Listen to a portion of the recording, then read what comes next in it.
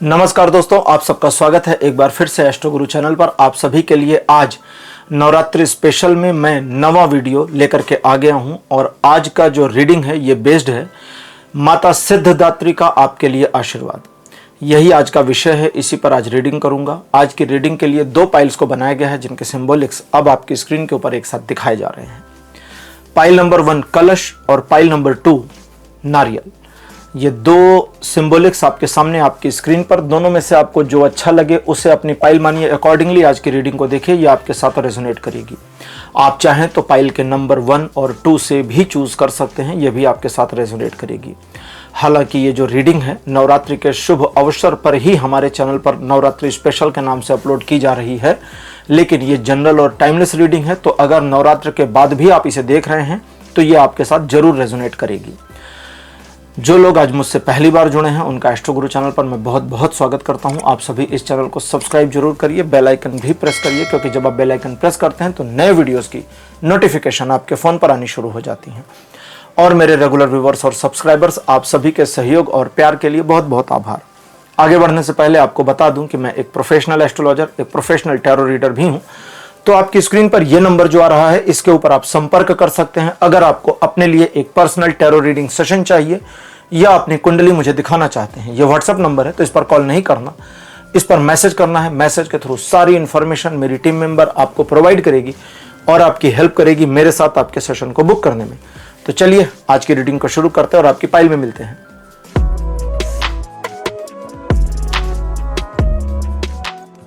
Hello pile number 1, आप सबका स्वागत है आपकी रीडिंग में। आपने कलश को चुना था, मेरे बगल में कलश की फोटो लगा दी गई है। चलिए आज की रीडिंग को शुरू करते हैं और देखते हैं कि आपके लिए आज नवरात्रि स्पेशल में देवी सिद्धिदात्री, माता सिद्धिदात्री की ओर से क्या ब्लेसिंग्स हैं। पहला कार्ड आपके लिए 8 ऑफ कप्स, सेकंड नंबर पर आपके लिए wheel of Fortune, card number 3 the chariot, fourth number पर आपके लिए है 5 ऑफ वॉन्ड्स और अंतिम कार्ड आपके लिए है 2 ऑफ कप्स। देवी सिद्धिदात्री, कार्य सिद्धि हो जाए उनकी कृपा से। ऐसा माना जाता है कि हमारे कार्य उनकी कृपा से सिद्ध हो ही जाएंगे।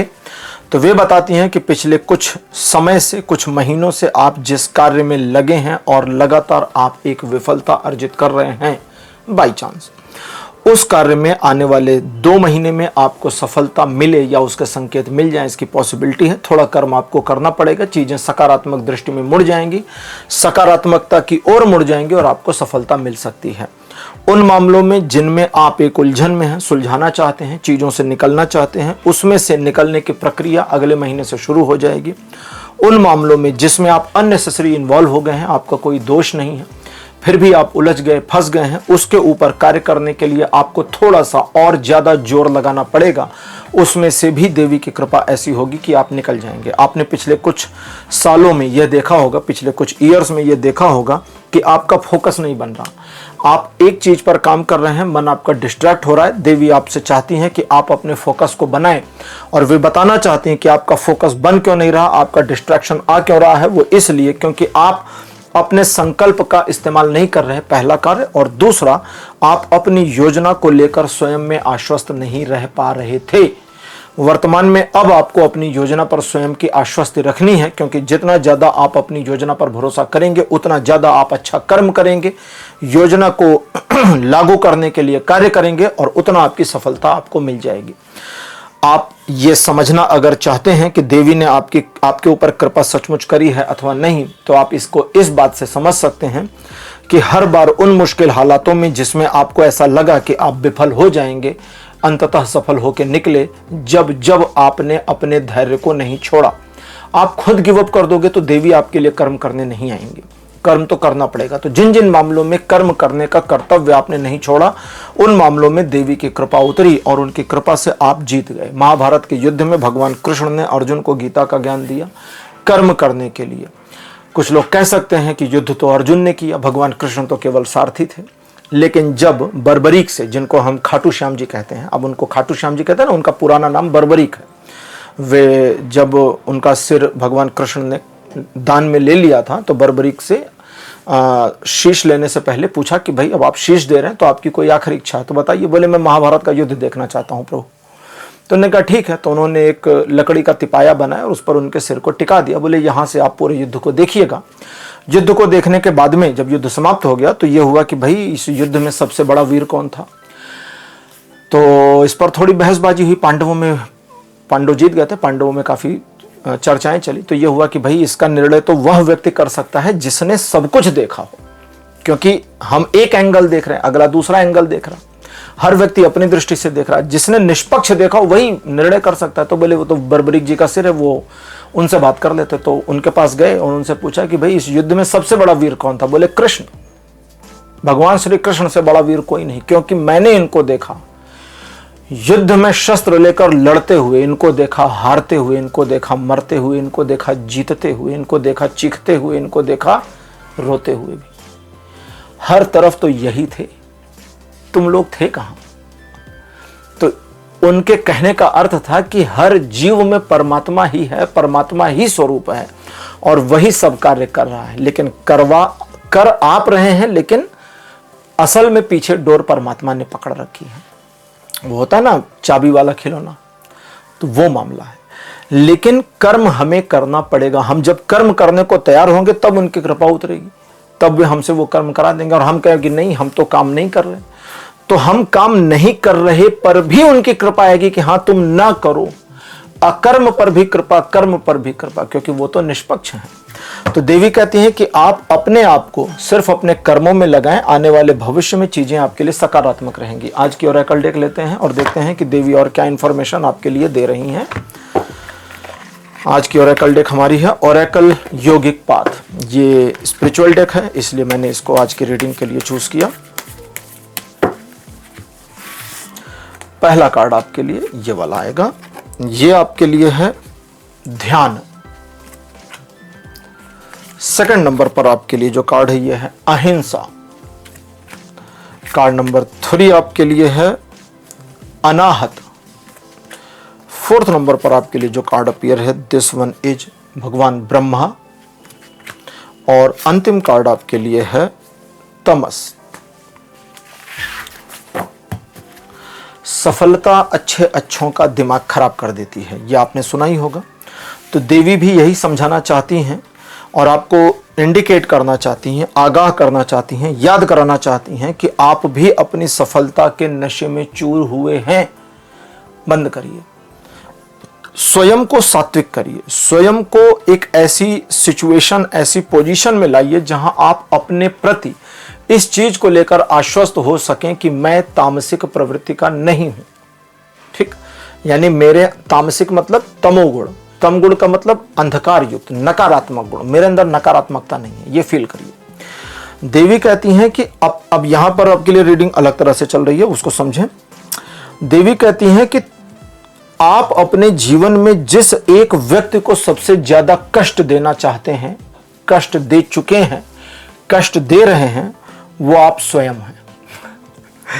अपने आप को कष्ट देना बंद करो। अच्छा, वो ये भी बता रही है कि कैसे कष्ट देते हैं। आप स्वयं को मानसिक कष्ट अधिक देते हैं, अपनी गलतियां ढूंढना, अपनी गिल्ट में रहना, ओवर थिंकिंग करना, कॉन्सिक्वेंसेस को सोचना, घटनाक्रम ये होगा तो वो होगा, सामने वाला मेरे बारे में ये सोच रहा होगा, उसके दिमाग में मेरे प्रति ऐसी भावना होगी। पता नहीं, देवी का तो जहां पर इनका इंट्यूशन मुझे दिखता है उनके हिसाब से तो भाई पता नहीं तुम क्या सोच रहे हैं, ऐसा तो कुछ है नहीं, तुम अपना ख्याली पुलाव अलग पका रहे। तो उनका मानना है कि बंद करो ये सब, पहला कार्य। दूसरा, वे चाहती हैं, जैसे कई बार कहते हैं ना कि बोलचाल की भाषा में कहते कहते कि ईश्वर हमारे हृदय में है, तो वे कहती हैं कि महसूस करो ना इसे, सिर्फ बोलते ही बोलते रहोगे या सिर्फ सुना ही सुना है, पढ़ा ही पढ़ा है, इसे फील करो। तो देवी सिद्धदात्री वे चाहती हैं कि आप उन्हें अपने हृदय में महसूस करें, हृदय में अनाहत। उन्हें जब तक आप महसूस नहीं करते तब तक आपके अंदर वह परिवर्तन नहीं आएगा जिसे आप एक स्पिरिचुअल चेंज, इंटरचेंज कहते हैं। आप एक आध्यात्मिक परिवर्तन, आध्यात्मिक यात्रा कह सकते हैं, जिसकी आप अपने जीवन में न सिर्फ उम्मीद करते हैं बल्कि बड़े लंबे समय से प्रतीक्षा भी कर रहे हैं। तो देवी कहती है वो सब हो जाएगा, पहले चेंज तो करो, पहले अपने अंदर महसूस तो करो, फील तो करो इस चीज को। भगवान विष्णु के नाभि से एक कमल निकला और उस कमल पर ब्रह्मा जी प्रकट हुए और ब्रह्मा जी ने फिर सृष्टि की रचना करी। कथाएं यही कहती हैं। ठीक, अब ब्रह्मा जी और विष्णु जी क्या अलग अलग हैं? कुछ लोग कह सकते हैं कि हाँ हैं, लेकिन भाई सम्यक रूप से देखें तो उनके नाभि से कमल निकला और उसी कमल में ब्रह्मा प्रकट हुए, तो भगवान विष्णु का ही एक स्वरूप है। भगवान विष्णु से अलग हो ही नहीं सकते, और ब्रह्मा जी जब उनका ही रूप है तो ब्रह्मा से विष्णु अलग नहीं हो सकते। इसीलिए सृजन और पालन इन दोनों की जिम्मेदारी है। जो बनाया गया उसका संरक्षण किया जाएगा, उसकी पालना की जाएगी, तो वो विष्णु भगवान करेंगे। और संहारक थोड़ा दूर हैं, कैलाश पर हैं, जो नष्ट कर देंगे। एक समय आएगा जब इस सब को नष्ट कर देंगे, संहार कर देंगे, सब छिन्न भिन्न कर देंगे।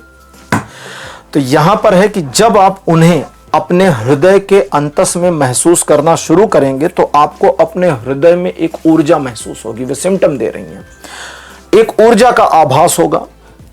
आप अपने भीतर के उस सत्य आभास के प्रति जितना ज्यादा सजग होते जाएंगे, आपका तमस स्वरूप स्वतः समाप्त होता चला जाएगा, डाउन होता चला जाएगा, और आपका सत्व गुण उठता चला जाएगा। आप एक अलग व्यक्तित्व के पर्सन बन जाएंगे। लोग आपको कहेंगे कि आपके व्यक्तित्व में एक परिवर्तन अब दिख रहा है, और यह परिवर्तन आपके व्यक्तित्व में, आपके जीवन में एक ऐसा रस, एक ऐसा प्रवाह, एक ऐसा अमृत अध्यात्म का घोल देगा जो आपकी इंटरकनेक्टिविटी न सिर्फ उनके साथ बना देगा बल्कि सचमुच आपको अपने साथ जुड़ने में मदद कर देगा। इसे करिए।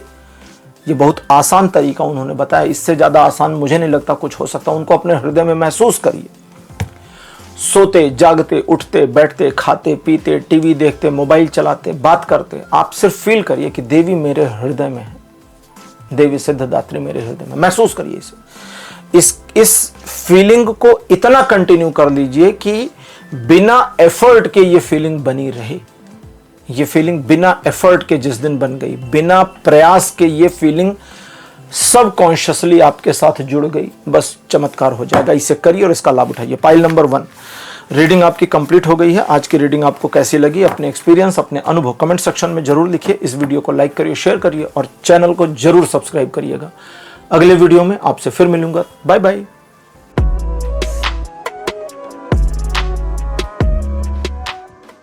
हेलो पाइल नंबर 2, आप सबका स्वागत है आपकी रीडिंग में। आपने नारियल को चुना था, मेरे बगल में उसकी फोटो लगाई गई है। चलिए रीडिंग को शुरू करते हैं और देखते हैं कि देवी सिद्धदात्री का आपके लिए आशीर्वाद क्या है, किस स्वरूप में है, क्या वे आपको बताना, समझाना, कहना चाहती हैं। पहला card 3 of swords, second king of wands, third number पर 3 ऑफ कप्स, फोर्थ नंबर पर आपके लिए है 4 ऑफ सोर्ड्स, अंतिम कार्ड आपके लिए है पेज ऑफ सोर्ड्स। देवी चाहती हैं कि आप अपने मन में दबी हुई, छिपी हुई, मतलब दबी छिपी नहीं है, वे आपको सिर्फ कहना चाहती हैं कि अगर आप कहते हैं कि भाई दबी है, छिपी है कड़वाहट, दबी है, छिपी है बदला लेने की प्रवृत्ति, दबी है, छिपी है मेरे मन में एक नकारात्मकता दूसरे लोगों के लिए, तो देवी कहती है इसकी जरूरत क्या है, हटा दो इसे, क्योंकि ये तुम्हारे भीतर बनाती एंजाइटी तुम्हें अस्वस्थ कर रही है, तुम्हारे मन को नकारात्मकता से रुग्ण कर रही है। रुग्ण मतलब रोगी कर रही है। देवी कहती हैं कि हाँ मालूम है, देवी कहती हैं हाँ मालूम है कि जीवन में धोखा भी मिला है, दिल भी एक से ज्यादा बार टूटा है। मामला प्यार का नहीं है, ठीक, ऐसा नहीं सोचे कि भाई प्यार में टूटा है, नहीं। प्यार मतलब लव रिलेशनशिप के अलावा भी दिल टूटता है ना। भाई की वजह से टूट जाए, बहन की वजह से टूट जाए, किसी मित्र की वजह से टूट जाए, तो वो एक सिचुएशन। समाज में अपमान, परिवार में अपमान, उन लोगों से अपमान जिनके बारे में कभी खुद गलत सोचा नहीं, ये सारी चीजें आपके जीवन में बीत चुकी हैं। देवी कहती हैं अब शांत हो जाओ, मान जाओ, अब उस कड़वाहट को पहले तो तिरोहित कर दो, हटा दो अपने जीवन से, क्योंकि तुमने अगर कड़वाहट को हटा दिया अपने जीवन से तो फिर बचेगा कौन? तुम बचोगे। कहती हैं फिर तुम बचोगे, क्योंकि तुम खो रहे हो उस कड़वाहट के पीछे, उस नफरत नाराजगी के पीछे। लेकिन इसका एक और मीनिंग है, वो भी समझाता हूं। उनका ये कहना नहीं है कि जिन लोगों की वजह से नफरत और कड़वाहट आपके मन में आई, जाइए उनसे गले मिल जाइए, मत करिए, कोई दिक्कत नहीं है। ऐसा थोड़ी ना, जैसे एक उदाहरण लेते हैं कि भाई भगवान विष्णु का हम उदाहरण ले लें, राक्षसों ने उत्पात मचाया, भगवान विष्णु ने राक्षसों का कल्याण करने के लिए विभिन्न बार अवतरण लिया, रावण का उद्धार करने के लिए वे राम के रूप में आए। तो रावण से नफरत कभी नहीं की उन्होंने, नहीं की। रामायण की कथाओं में यह भी आता है कि युद्ध से पहले एक पूजा करने के लिए रावण को उन्होंने पुरोहित के रूप में भी बुलाया था और दक्षिणा भी दी थी, और रावण को बताया था कि युद्ध जीतने के लिए कार्य कर रहे हैं। एक कथा में आता है, रामायण की अलग अलग कहानियां हैं, ठीक है। तो एक कथा में है कि उन्होंने बुलाया, तो उसमें था कि भाई बिना पत्नी के रावण आया पुरोहित के रूप में, और उसने कहा कि बिना पत्नी के, तुम विवाहित हो, बिना पत्नी के करोगे कैसे यज्ञ? तो बोले पत्नी तो मेरी लंकापति रावण ले गए। बोले यज्ञ के हेतु पत्नी को लाया हूं आपके रथ के पिछले भाग में माता सीता थी, उनको बुलाया, बैठाया, राम भगवान के साथ बैठी, यज्ञ संपूर्ण हुआ और बोला अब आप प्रस्थान करें वापस। सीता वापस रथ में चली गई। रावण को उन्होंने दक्षिणा दी और फिर चरण छुए और बताया कि युद्ध के निमित्त ही मामला चल रहा था, युद्ध के निमित्त ही यज्ञ था। तो रावण वहां पर पुरोहित, और पुरोहित के नाते उसने विजयी भव आशीर्वाद भी दिया, कथा कहती है।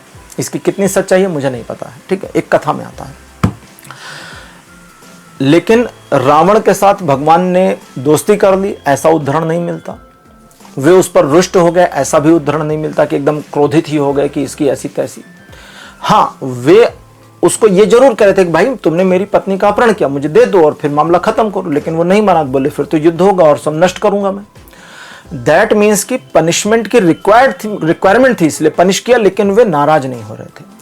अब आपको अपनी नाराजगी समाप्त करनी है, लेकिन उस व्यक्ति की दुष्टता आप नहीं भूलना चाहते, मत भूलिए, कंटिन्यू। आप उसके साथ मित्रता नहीं चाहते, मत करिए। आप उसके साथ गलबहियां नहीं चाहते, मत करिए, कोई जरूरत नहीं। लेकिन उसके प्रति जो नाराजगी और एक क्षोभ, एक नफरत की लहर आपके भीतर है, देवी चाहती है उस लहर को समाप्त करो, क्योंकि वो तुम्हें तुम्हारे साथ जुड़ने से रोकती है। और कहते हैं कि तो तुम तुम्हारे साथ नहीं जुड़ते तो वो लहर न सिर्फ तुम्हें रोकती है बल्कि तुम्हारे शरीर को रुग्ण करती है। तो आपकी कई सारी प्रॉब्लम्स, जो हेल्थ इश्यूज हैं, वो भी समाप्त हो जाएंगे, क्योंकि निगेटिविटी हमारे हेल्थ इश्यूज बनाती है। आगे वे कहती हैं कि आपके जीवन में, उनके अनुसार आपके जीवन में कई बार ऐसा हुआ है जब पॉजिटिविटी ने प्रवाह का रूप लिया, पॉजिटिविटी बढ़िया तरीके से प्रभावित हुई।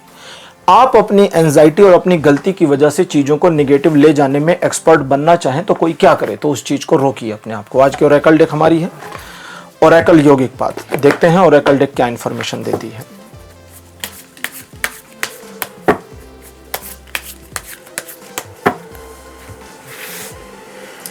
पहला कार्ड आपके लिए बुद्ध, भगवान बुद्ध। सेकंड नंबर पर आपके लिए तमस। कार्ड नंबर 3 आपके लिए है संतोष। कार्ड नंबर 4 आपके लिए है प्रत्याहार। और अंतिम कार्ड आपके लिए है माता भुवनेश्वरी। माता भुवनेश्वरी 10 महाविद्या में से एक। इनके बारे में अगर आप अधिक जानना चाहते हैं तो वीडियो का लिंक नीचे डिस्क्रिप्शन में दिया गया है, आप जाकर चेक कर सकते हैं इनके बारे में, ठीक है। माता भुवनेश्वरी को एक प्रकार से हमारे इस सौर मंडल की अधिष्ठात्री देवी के रूप में बताया गया है, और इनका निवास सूर्य के अंदर कहा गया है। ये सूर्य में रहती हैं, सन, हमारा जो सन है उसके अंदर रहती हैं। भगवान बुद्ध, भगवान बुद्ध को कई बार लोग, आजकल की बड़ी अजब अजब इंटरप्रिटेशन चल रही ना, सोशल मीडिया आ गया है और कोई भी बोल रहा है, तो अजब अजब इंटरप्रिटेशन भगवान बुद्ध की आ जाती है। भगवान बुद्ध को कई बार कहा जाता है कि भगवान बुद्ध अलग हैं, सनातन धर्म ही अलग है। ठीक है, भगवान बुद्ध के बाद उनके अनुयायियों ने बौद्ध धर्म नाम का धर्म चला दिया, वो एक अलग बात है, लेकिन भगवान बुद्ध बौद्ध नहीं थे। जैसे 2000 साल पहले लगभग, अब तो हाँ ठीक है 2100 साल पहले, 21 चल रहा है ना, सन 2000, हाँ 2000 साल पहले एक युवा यहूदी था जिसने लोगों को एक ईश्वर का पाठ पढ़ाया, जिसका नाम था यीशु, जिसे जीसस कहते हैं। जीसस यहूदी पैदा हुए और यहूदी ही सूली पर चढ़े।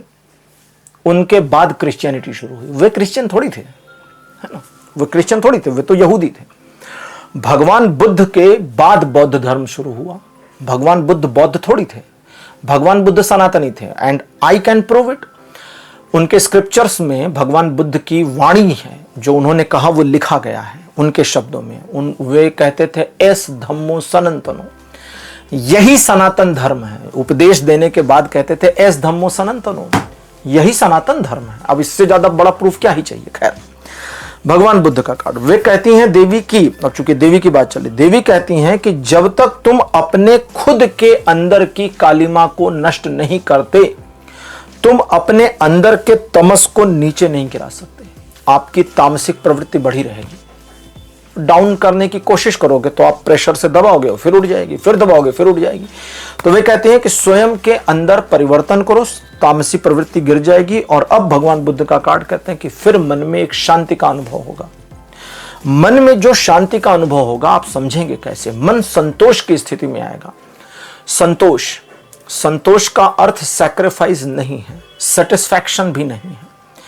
सेटिस्फैक्शन में डिससेटिस्फैक्शन है, संतोष में असंतोष हो सकता है। संतोष का मतलब जो जैसा है हमें स्वीकार है, हम कंप्रोमाइज नहीं कर रहे हैं कि हाँ चलो ठीक। हमारे सौर मंडल में जब हम पृथ्वी पर रहते हैं तो हमारे पास एक सूर्य है।